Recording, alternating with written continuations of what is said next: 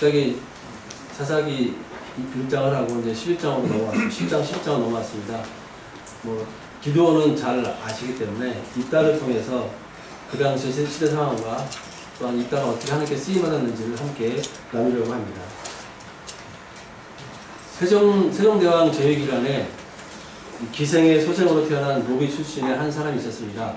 이 사람은 손재주가 좋고 기술이 좋아서 그런 탁월한 재능을 발휘함으로 말미암아 조정회까지 그 소문이 나서 결국에는 노비의 신분에서 정사품의 자리까지 올라갔습니다. 그리고 이 사람은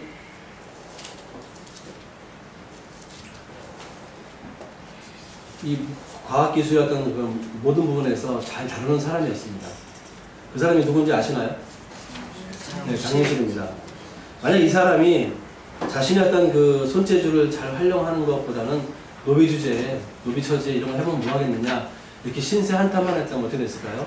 그냥 묻혀버렸겠죠. 하지만 자신의 재능을 개발하고 활용하면서 열심히 연구하면서 노력했던 결과로 조선시대 최고의 과학자라는 그런 인정을 받았습니다. 이 장영실과 같이 기생의 아들이 성경에 한 명 나옵니다. 누구였습니까? 오늘 본문에 나오는 입다입니다. 입다는 장영실처럼 어찌 보면 기생의 아들이다 뭐 해가지고서 신사한탄을 하지 않았던 것을 볼 수가 있습니다.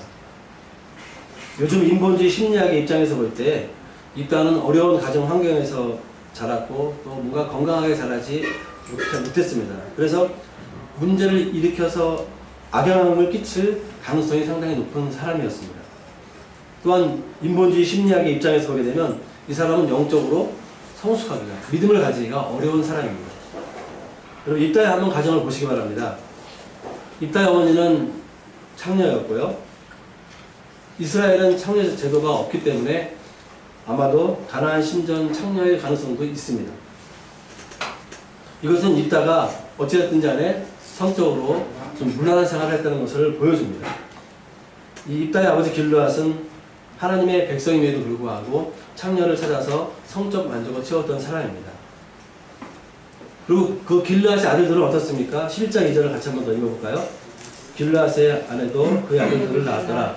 그 아내의 아들들이 자라매 입다를 쫓아내며 그에게 이르되 너는 다른 여인의 자식이니 우리 아버지의 집에서 기업을 잃지 못하리라 한지라. 아버지 재산에 대한 그 탐욕의 눈이 멀어서 재산 싸움을 한 거죠. 그러니까 숫자가 많으니까 입다를 쫓아낸 겁니다. 이 길르앗 가정은 당시 이스라엘이 도덕적으로, 윤리적으로, 영적으로 타락해서 자기 소견에 옳은 대로 살아가고 있는 모습을 잘 보여줍니다. 또한 10장 18절을 보시게 되면은 읽었지만 같이 읽겠습니다. 길르앗 백성과 관객들이 서로 이르되 누가 먼저 나가서 암몬 자손과 싸움을 시작하랴. 그가 길르앗 모든 주민의 머리가 되리라 하니라. 이 대화에서, 이 18절의 대화에서 세 가지의 부정적인 부분을 발견할 수 있습니다. 첫 번째, 길르앗을 이끌 만한 진정한 지도자가 없었다는 것입니다. 두 번째, 당시의 그 장로들, 지도자들이 위기에 처했을 때 10장 10절과 14절, 15절에 보게 되면 여호와께 간구하고 의지했습니다. 그런데 18절에 와서는 어떻게 되냐면은 그러지 않고 서로 이르되, 서로 물어보고 찾으면서 누가 싸움을 하고 길르앗의 머리가 될지 논의했지, 찾아보았지 하나님께 구하지 않았다는 사실을 알 수가 있습니다. 즉, 세 번째로 치면은 사람을 의지하려고 했다는 것입니다. 사사기는 이스라엘이 범죄하면 하나님께서 이스라엘의 원수들의 손에 넘기시고 또 그들이 하나님께 도움을 호소하면 하나님께서 필요한 지도자를 세우시는 방식으로 진행이 됩니다. 그렇지만 길르앗 지도자들은 정작 하나님께 도움을 청하며 지도자들을 세워달라고 호소해야 될 상황에서 하나님께 도움을 구하지 않고 자기들이 의논해서 찾는 것을 보게 됩니다. 즉 하나님께서 도우셔서 전쟁에서 승리하기를 어떤 기대하는 마음이 순간적인지 모르겠지만 없는 것을 볼 수가 있습니다. 즉 자기 소견에 오른 대로 살고 있는 모습을 확실하게 보여주고 있습니다. 이런 가정, 이런 시대적인 환경 혹은 민족에게서 어떠한 희망을 기대할 수 있겠습니까? 이런 환경 속에서 인본주의 심리 관점에 서게 되면 입다가 건강하게 자라는 것은 그렇게 쉽지 않을 것입니다. 이 정도의 성장 과정이라면은 입다는 멸시, 천대와 차별을 받은 상처 때문에 분노, 슬픔, 그리고 열등감과 낮은 자존감에 휩싸여서 사고를 치고 문제를 일으키는 사람이 되는 사고 뭉쳐야 됩니다. 그렇지 않습니까? 여러분 그렇게 인식되어 있지 않나요? 그렇지만 성경은 입다가 자라온 환경, 가정 환경, 영적 환경, 사회 환경을 탓하거나 신세 타령하면서 어떤 문제를 일으켰다는 기록이 없습니다. 오히려 본문을 자세히 묵상하면은 10장 6절부터 12장 전반부까지 묵상을 해보시면은 이런 희망이 없는 가정에서도 한 사람 입다를 준비하셔가지고 하나님의 구원을 이루시는 역사를 볼 수가 있습니다. 이제 입다는 어떠한 신앙을 가진 사람인가? 여호와께 다 고하는 신앙을 가지는 사람이었습니다. 1절을 보게 되면 큰 용사라는 단어가 나옵니다. 큰 용사라는 단어가 사사기에 누구한테 적용되죠? 누굴까요? 사사기에서 누구? 사사. 기드온입니다. 네, 기드온입니다. 이 10장 18절에서 암몬 자손과 싸움을 시작할 때 길르앗의 머리가 될 사람이 누구냐? 그 사람이 누구냐라는 겁니다. 그런데 11장 1절에 나오면서 그 사람이 바로 큰 용사 입다라는 것입니다. 입다는 기드온과 다윗에게 3장 16장 18절에 붙여진 명칭입니다. 큰 용사는 전투하는 용사, 전쟁에 능한 용사로 입증된 전사라는 뜻입니다. 이것이 스바냐 3장 17절에서는 하나님에게 사용되어서 전능한 용사로 표현이 되었고요. 이사야 9장 6절에서는 메시아가 전능하신 하나님이라고 불릴 것으로 예언되어 있습니다. 이처럼 특별한 경우에 한정되어 쓰이는 이 호칭을 입다에게 사용을 했습니다. 이것은 입다가 길앗 지파의 머리가 될 자격이 있음을 나타내고 있습니다. 그리고 입다의 의미는 여호와께서 풀어 자유케 하신다라는 뜻을 가지고 있습니다. 이미 그의 이름에서부터 하나님께 쓰임받을 도구임을 알 수가 있습니다. 물론 11장부터 12장 7절에 걸쳐 입다의 삶에서 이것을 확인할 수가 있습니다. 그는 힘에서도 용사였지만 하나님을 믿는 믿음에서도 성숙한 용사였음을 발견할 수 있을 것입니다. 우리 함께 그의 성숙한 믿음을 보겠습니다. 첫 번째, 입다는 자신에게 집중된 힘을 함부로 사용하지 않았습니다. 3절을 같이 읽겠습니다. 이에 입다가 그의 형제들을 위하여 곧 땅에 거주하며 잡류가 그에게로 모여와서 그와 함께 출입하였더라. 누가 그에게 출입했습니까? 잡류. 다른 말로 하면 깡패. 좀 심하게 양아치. 그럴 수 있습니다. 그러니까 이 잡류는 윤리적으로 가치가 없거나 헛된 목표를 추구하는 건달을 뜻합니다. 즉 건달들의 무가치함을 비하하는 표현이기도 합니다. 그런 사람이 어디에 나옵니까? 사사기 9장에 나옵니다. 사사기 9장에 보게 되면 기드온의 첩의 아들인 아비멜렉이 나오는데 이 아비멜렉도 똑같은 잡류의 우두머리로 볼 수가 있어요. 아비멜렉은 정치적인 야망에 눈이 멀어서 자기 이복 형제 70명을 이 잡류들을 시켜서 딱 죽여버립니다. 그리고 이스라엘을 내전을 일으키게 만들고 위험에 빠뜨리는 인물입니다. 하지만 입다는 처음부터 이스라엘을 구원한 용사로 소개를 하는 것을 우리가 보게 됩니다. 출입하다라는 단어는 우리가 생각하는 건달이 아니라 군사적인 행동을 했다는 뜻입니다. 즉 힘 있는 사람들이 몰려왔다는 거예요. 이것은 우리나라 일제시대의 김두한으로 비유할 수도 있고요. 그리고 성경에서는 다윗에 몰려든 사람들로 비유할 수가 있습니다. 이따가 잠재들과 함께 있으면서 나쁜 짓을 일삼거나 개인의 이익을 위해서 세력화하지 않았다는 것을 보여줍니다. 반대로 해석한다면 오히려 잡류들이 입다와 함께 교제하면서 좋은 영향을 받았을 가능성이 높습니다. 신학자들은, 역사학자들은 이 출입했다는 의미에서 볼 때 자기 동족 이스라엘 백성들을 괴롭히고 공격한 것이 아니라 그 주변에 있는 가나안 민족들을 공격해서 그들을 물리치거나 어떤 노량물을 얻어왔다고 그렇게 해석을 하고 있습니다. 이런 그의 용맹성과 군사적인 힘에 대해서 알았기 때문에 길르앗 장로들이 그에게 와서 장관이 되어 줄 것을 요청을 한 것입니다. 두 번째, 입다는 민족이 위험에 처했을 때 과거 자신이 그들에게 받은 아픔이 있음에도 불구하고 길르앗 장로들의 청을 허락합니다. 사사기 11장 7절을 한번 같이 읽겠습니다. 너희가 이전에 나를 미워하여 내 아버지 집에서 쫓아내지 아니하였느냐? 이제 너희가 환난을 당하였고 어찌하여 내게 왔느냐? 자신을 멸시하고 천대하며 목숨을 위협했던 사람들이었기 때문에 니들이 망하든 말든 내가 상관하지 않고 장관의 자리도 거절할 수 있었습니다. 여러분, 혈연 관계에서 쫓겨난다는 것은 목숨을 부지하기 어려울 수도 있습니다. 모든 사회적인 관계에서 끊어지는 거기 때문에 이 사람이 설 자리가 없는 거예요.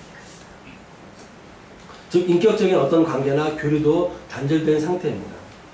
게다가 여기서 입다가 너희가라는 표현을 합니다. 너희가 쫓아냈다고 하는데 입다를 쫓아내기 위해서 이 이복 형제들이 당시에 어떤 법적인 행정적인 그런 권력을 힘을 빌어서 쫓아냈다는 것을 우리가 추측할 수가 있습니다. 무조건 함부로 쫓아낼 수는 없는 거기 때문에 법적으로 해서 네가 창녀의 자식이니까 너는 우리들의 유산을 받을 수가 없는데 단지 형제들의 힘으로만 안 되니까 당시의 장로들이나 지도자들의 힘을 얻어서 쫓아냈다는 것을 간접적으로 우리가 알 수가 있는 것입니다. 그렇기 때문에 이 입다가 가졌을 배신감과 또 쫓겨난 상태에서 살기 위해서 어떤 노력을 했을지 또 주변에 몰려드는 사람들이 힘 좋고 뭔가 문제 일으키는 그런 사람들이니 얼마나 힘들었겠습니까? 그렇지만 입다는 과거의 이 아픔을 뒤로한 채 장관의 자리를 허락합니다. 그리고 11절 하반절에서 이렇게 말합니다. 자기의 말을 다 여호와께 고했다. 한번 같이 한번 읽어볼까요? 자기의 말을 다 여호와께 고했다. 여기서 우리는 입다가 믿음이 있는 사람임을, 하나님께 대한 신앙이 있는 사람임을 확인할 수 있습니다. 이스라엘의 우두머리가 장관으로 세움을 받았기 때문에 입다는 우쭐될 수도 있었고요. 이복 형제들에게 니들 한번 골탕 좀 먹어봐라 하고 복수의 칼날을 들이댈 수도 있었겠죠. 하지만 그가 처음 한 것이 무엇입니까? 여호와께 자신의 일을 아뢰는 것이었습니다. 즉 여호와 하나님께 자기의 말을 다 아뢰었다는 것은 자신이 지도자가 되었음을 공적으로 알리고 당시 이스라엘 백성이 처해 있는 모든 위기 상황을 하나님께 말씀드렸다는 의미입니다. 여기서 일단은 과거에 연연하지 않았고 이스라엘의 군사적인 지도자로서 감당할 수 있도록 강구하였음을 우리가 볼 수 있습니다. 일단은 과거에 쓰라리는 아픔이 큼에도 불구하고 좋은 방향으로 처리하는 성숙한 믿음이 있었고 주어진 권력을 올바로 사용하는 사람임을 알 수가 있습니다. 세 번째, 입다는 하나님께서 이스라엘 역사를 주관하셨다는 분명한 믿음과 지식이 있었습니다. 그리고 그는 그 지식을 잘 사용해서 이스라엘의 역사가 분명히 하나님에 의해 이루어진 것임을 암몬 왕에게 선포합니다. 그것이 12절부터 26절 이어서까지 27절, 8절까지 나오는 내용입니다. 그리고 그 12절부터 28절의 내용에 대해서는 선포하듯이 말을 하는 것을 볼 수가 있습니다. 내용을 요약하면 이렇습니다. 암몬 자손의 왕이 그 땅을 아르논에서 야복과 요단강까지 이르는 땅을 자기네 땅이라고 우긴 그 땅은 300년 전에 하나님께서 아모리 족속을 몰아내고 이스라엘 백성에게 주신 땅임을 이 땅은 알고 있었습니다. 그래서 그 땅이 암몬 자손의 땅이라면 왜 300년이 지난 지금에야 니네 땅이라고 주장하느냐고 이렇게 반문을 하고 있는 것입니다. 이 땅은 자신이 살고 있는 그 가나안이 애굽 땅에서 인도하여 내신 하나님께서 주신 땅임을 알고 믿었습니다. 이 역사적인 사실은 진리에 결코 그 땅을 내줄 수 없다는 분명한 명분이기도 합니다. 이 땅가 가진 하나님에 대한 지식과 성숙한 믿음을 알 수 있는 구절이기도 합니다. 하나님께서 애굽에서 가나안으로 이끄신 구원의 역사를 지식으로만 아는 것이 아니라 그 지식이 하나님을 믿는 믿음으로 이어지고 그것을 당당하게 선포하는 믿음이 있는 성숙한 사람임을 우리가 여기서 볼 수가 있습니다. 여러분, 우리가 성경을 많이 읽고 배우며 예배를 통해 하나님을 알아가고 경험해야 됩니다. 그렇지만 만일 그 배운 내용이 우리의 삶과 전혀 상관이 없이 지식으로만 남아있다면 그것보다 큰 불행이 어디 있겠습니까? 이따가 얼마나 많은 성경 지식을 가졌는지 우리는 모릅니다. 하지만 그는 분명히 자기가 가진 성경 지식을 사용하여서 하나님에 대한 믿음을 드러냈고 암몬의 논리를 역사적으로 공격하면서 하나님을 드러내고 증거했습니다. 우리는 하나님의 말씀을 배우고 말씀대로 살기 위해서 훈련 받아야 됩니다. 또한 입다처럼 하나님에 대한 지식이 믿음으로 이어지고 그 믿음을 사람들에게 드러내고 증거하는 삶을 살아야 됩니다. 여러분, 한 주간 살면서 내 삶이, 우리의 삶이 하나님을 드러내고 증거하며 전파하는 삶을 얼마나 살았습니까? 옆에 분에게 한번 물어보시겠습니까? 얼마나 전파하며 살았습니까? 한마디 할까요? 찔리십니까?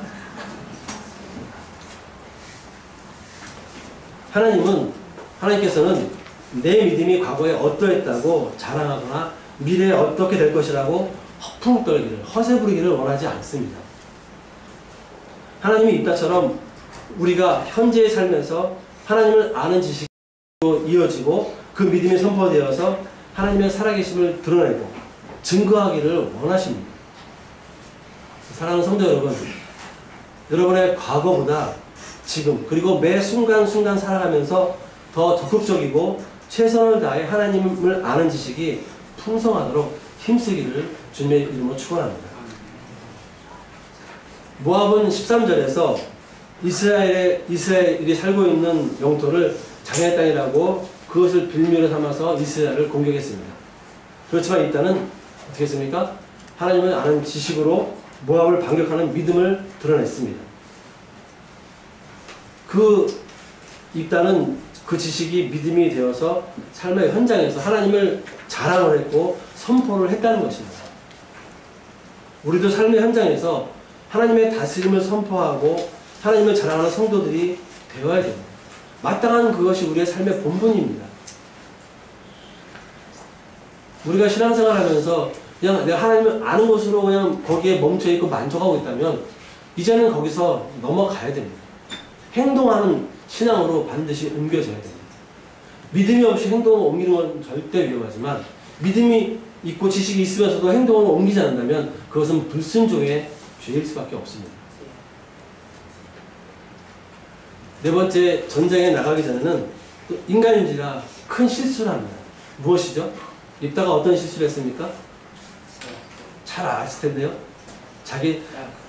서원을 했는데 자기 딸을 번제물로 드리는 결과를 가져오는 잘못된 서원을 합니다. 그러니까 경솔한 서원이죠. 서원의 내용이 30절, 31절에 나옵니다. 같이 읽겠습니다. 그가 여호와께 서원하였되 주께서 가여 암몬 자손을 내 손에 넘겨주시면 내가 암몬 자손에서 평안히 돌아올 때에 누구든지 내 증거에서 나와서 양모하는 그를 여호와께 부르시니 내가 그를 번제물로 드리겠나이다 하는지라. 암몬이 참 멋있는 신앙인이라는 것을 저는 30절에서 좀 느낄 수가 있습니다. 도전받을 수 있습니다. 뭐냐면은 과연 주께서 암몬 자손을 내게 주시면 조건부였던 믿음일 수 있긴 하겠지만 하나님께서 주실 것을 믿는 그 믿음이 깔려있는 것을 보게 됩니다. 그런데 그 다음에 서원은 좀 상당히 경솔한 서원이었습니다. 분명히 입다의 서원은 하나님의 도우심을 바라는 마음에서 하였을 것입니다.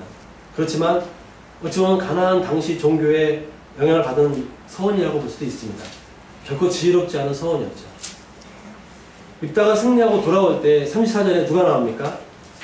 그의 무남 동료 딸이 나오죠. 한번 34절 읽겠습니다.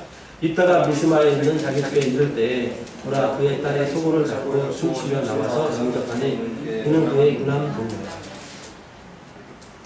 입다도 누가 나올지 생각을 못했겠죠. 그런데도 자기 무남 동료가 나오니까 35절에 이렇게 아주 애통하는 마음에 이렇게 이야기합니다. 내가 여호와를 향하여 입을 열었으니 능히 돌이키지 못하리라. 내가 여호와를 향하여 입을 열었으니 능히 돌이키지 못하리라. 성급하고 경솔하고 정말 지혜롭지 못한 서원이었지만 하나님께 대한 서원이었기에 자신의 서원을 번복하지 않습니다. 하나님과 어떤 조건부 타협을 하지 않습니다. 다른 방법으로라도 자신의 서원을 바꿀 수 있었을 것이지만 하나님께 서원한 것이기 때문에 자신의 딸을 제물로 바치고자 확고한 자세를 취합니다. 문에 넣어 아프지 않을 귀한 외동딸인데 왜 입다라고 해서 바치고 싶었겠습니까? 일단은 하나님이 어떤 분이신지 알았기 때문에 실수를 한 서원이지만 그 서원을 지키는 믿음을 견지합니다. 이런 부분을 볼 때 입다가 성숙한 믿음의 소유자인 걸 알 수가 있습니다. 여러분, 그렇다면 입다의 딸을 보십시오. 아버지의 경솔하고 비신앙적인 서원으로 딸은 어떻겠습니까? 청천벽력을 맞은 그런 충격을 받았을 것입니다. 그런데 딸의 믿음도 결코 아버지의 믿음에 뒤지지 않습니다. 36절과 37절 같이 읽겠습니다. 나의 아버지여, 아버지께서 여호와를 향하여 입을 여셨으니 아버지의 입에서 낸 말씀대로 내가 행하소서. 이는 여호와께서 아버지를 위하여 아버지의 대적 암몬 자손에게 원수를 갚으셨습니다. 또 그의 아버지에게 이르되 이 일만 내게 허락하소서. 나를 2달만 남겨두소서. 내가 내 여자친구들과 산에 가서 나의 처녀로 죽음을 인하여 회복하겠나이다 하니. 이 딸은 자기가 직접 서원한 것도 아니고 서원한 내용이 멋진 미래를 꿈꾸고 펼칠 수 있는 내용도 아니었습니다. 그러면서 이 딸은 아버지가 여호와를 향해 입을 연 서원이기 때문에 순종하겠다고 말합니다. 우리에게 더 큰 도전을 주는 것은 딸이 아버지의 서원에 순종하는 이유입니다. 36절에 있습니다. 무엇입니까? 이는 여호와께서 아버지를 위하여 아버지의 대적 암몬 자손에게 원수를 갚으셨기 때문이라는 것이죠. 딸은 아버지를 위해 여호와 하나님께서 약속을 지키셨기 때문에 아버지도 하나님께 약속한 것, 자신을 번제물로 드리는 것을 당연하게 여겼다는 것입니다. 지금 여러분 중에 하나님의 도우심을 바라고 성급하고 경솔하게 서원을 하고 하나님께 그 서원을 지키려는 아버지의 모습과 그런 서원이 싫다고 뿌리치고 거부하기 위해 몸부림치고 고뇌할 수 있었던 딸이 그 아버지의 서원에 순종하는 모습을 정말로 믿음으로 받아들이는 분이 있으십니까? 자신의 죽음의 근거를 믿음의 눈으로 볼 수 있는 이 딸의 신앙이 어디에서 나왔겠습니까? 하늘에서 뚝 떨어졌겠습니까? 유대인의 교육 철학과 방법을 보게 되면 그것은 바로 아버지에게서 나온 것입니다. 정말 황당한 아버지의 서원까지도 순종하는 딸의 성숙한 믿음은 하나님을 아는 지식과 믿음이 일치하는 아버지의 입다 때문이었음을 우리는 의심할 여지가 없는 것입니다. 사랑하는 성도 여러분, 여러분의 신앙이 펼쳐지는 생활은 어떻습니까? 하나님께서 사용하시는 입다와 같습니까? 가정과 사회가 그리고 영적인 환경이 아무리 어렵다 하더라도 하나님을 아는 지식이 삶의 현장에서 믿음으로 드러나는 입다와 같은 그러한 삶의 역사가 있으십니까? 여기 계신 모든 분 나름대로 하나님을 위해서 더욱 힘쓰며 헌신하기 위해서 하나님께 다짐하거나 무언의 약속을 한 경험이 있을 겁니다. 그런 경험이 분명히 있을 겁니다. 그렇다면 입다가 그랬던 것처럼 하나님께 한 약속을 지키고 순종할 수 있도록 주님께 무릎을 꿇으시기 바랍니다. 간절히 그러면서 겸손히 주님의 도우심을 바라십시오. 힘들고 어렵더라도 하나님과의 약속을 순종하겠다고 결단하시기 바랍니다. 저도 자식을 키우고 있지만 믿음으로 자식을 키운다는 것이 정말 힘들고 어렵습니다. 자녀를 둔 사람이라면 모두 공감할 것입니다. 그래도 우리는 자녀를 하나님을 온전히 믿고 따르는 신앙인으로 양육해야 됩니다. 그러기 위해 내가 먼저 하나님과 인격적으로 교제하고 성숙한 믿음의 소유자로 늘 훈련받아야 됩니다. 입다에게서 자신의 신앙만 좋고 하나님께 잘 보이면 된다는 그런 이기적인 신앙을 결코 볼 수가 없습니다. 입다는 오히려 여호와께 모든 것을 아뢰는 믿음의 소유자로서 딸에게 성숙한 믿음을 유산으로 물려주었고 이스라엘 백성들에게 충격적이지만 어찌 보면 잔인하지만 큰 믿음의 도전을 주었습니다. 여러분 유럽을 보십시오. 큰 교회와 성당에서는 이제 백발에 허옇게 된 7, 80대의 노인들만 몇 명 앉아서 예배드린다고 합니다. 그리고 TV에서도 나왔고 유튜브에도 많이 나왔지만 이미 그 유럽에 있는 교회들이 술집으로 그리고 이슬람 사원으로 또 불교 사원으로 이렇게 바뀌어가고 있습니다. 재밌는 것은 술집에서는 목사님이 앉던 그 설교 당당은 더 비싸고요. 술값이 자리값이 비싸고 그렇게 한다고 합니다.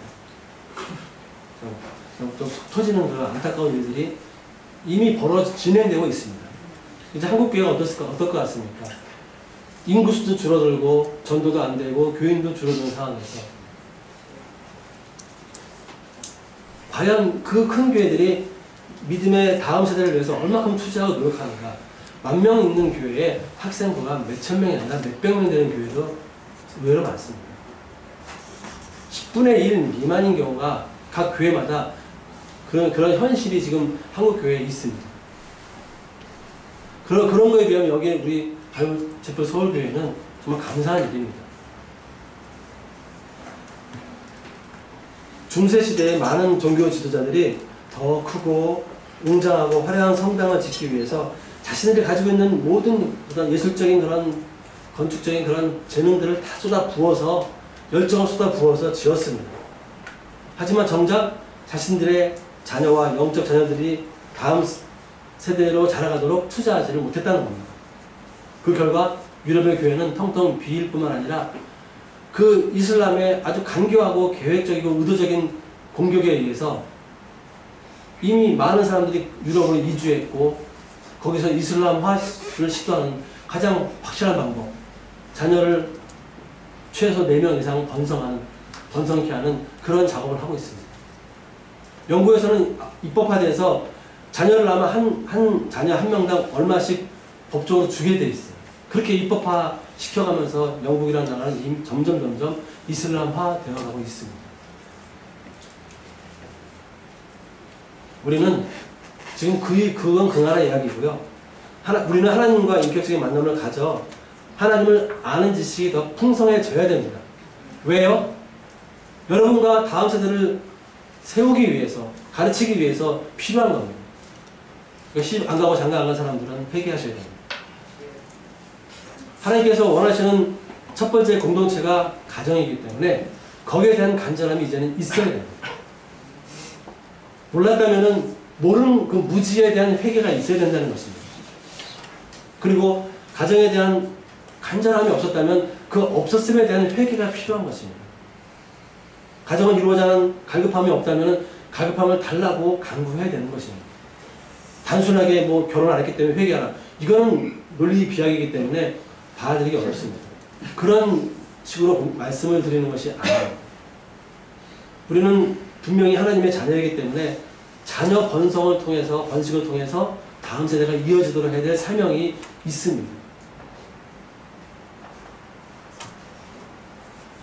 그렇게 해야지만 힘들고 어렵다 하더라도 성숙하고 성장하는 믿음의 자녀들로 이 교회가 또 모든 이 땅의 교회가 채워지고 부흥하고 발전하는 꿈을 우리가 가질 수가 있는 것입니다.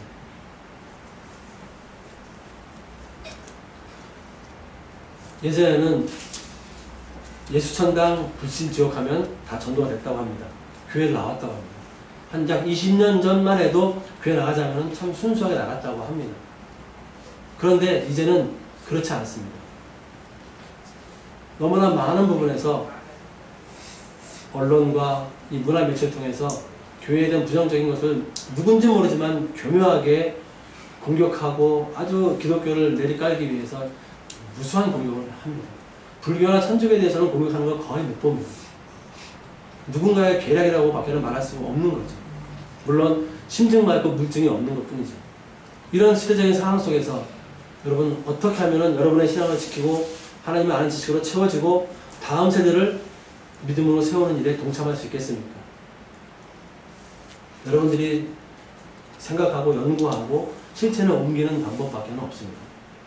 정리하겠습니다. 첫 번째, 일단은 가정과 사회와 영적으로 불안전하고 불행한 환경 속에서 성장을 했습니다.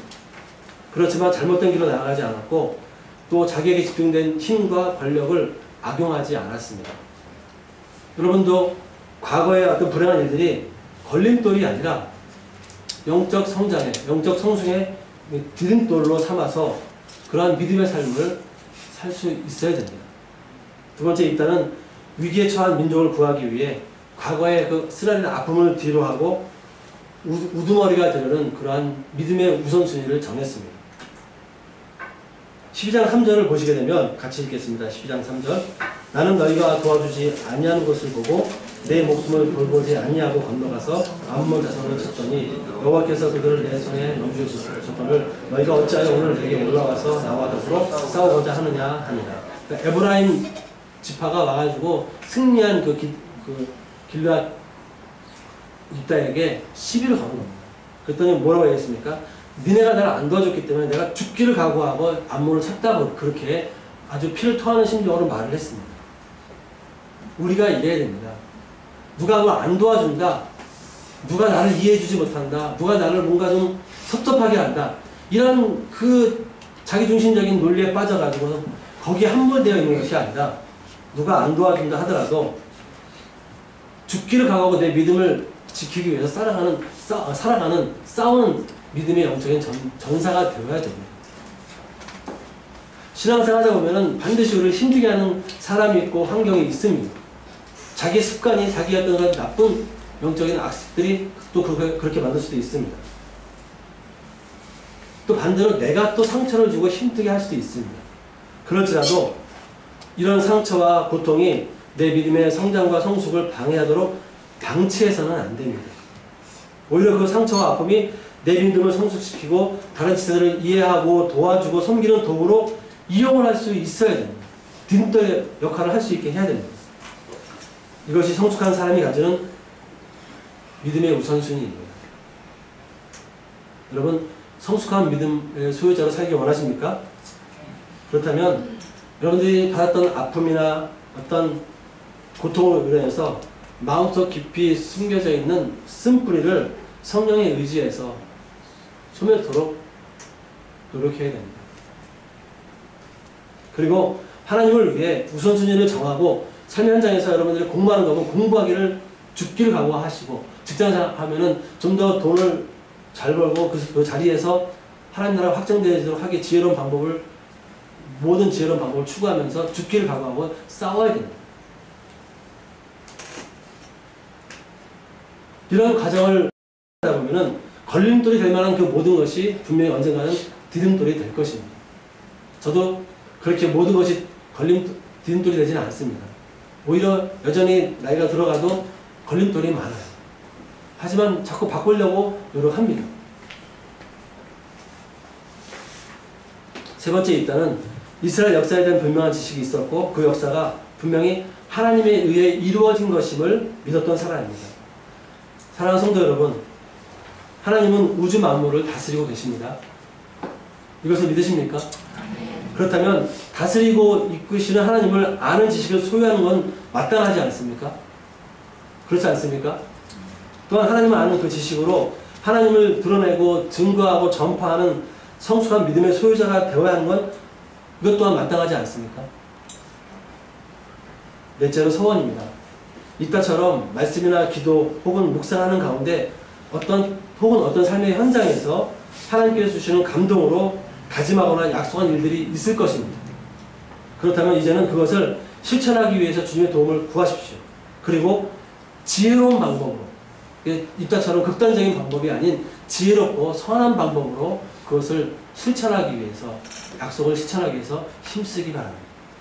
이것이 성숙한 믿음을 가진 사람의 진실된 모습입니다. 끝으로 우리는 육신적으로 영적인 자녀와 그리고 여기에서 젊다고 생각하는 여러분 자신을 바로 양육하고 가르치고 훈련시키는 일에 우리가 할 수 있는 모든 방법으로 우리 열정을 쏟아 부어야 됩니다. 그래서 그 자녀들이 또 여러분들이 입다처럼 성숙한 믿음의 세대가 되어서 하나님의 살아계심을 드러내고 자랑하고 선포하는 다음 세대를 키워나가야 됩니다. 이러한 믿음의 유산을 물려주는 우리 모두가 될 수 있기를 주님의 이름으로 축복합니다. 우리도 이따처럼 예기치 않은 사람들을 통해서, 기대하지 않았던 사람들을 통해서 하나님의 일을 하도록 부르심을 받을 때가 있습니다. 어떤 형태로 하나님의 일을 하도록 부르심을 분명히 받을 것입니다.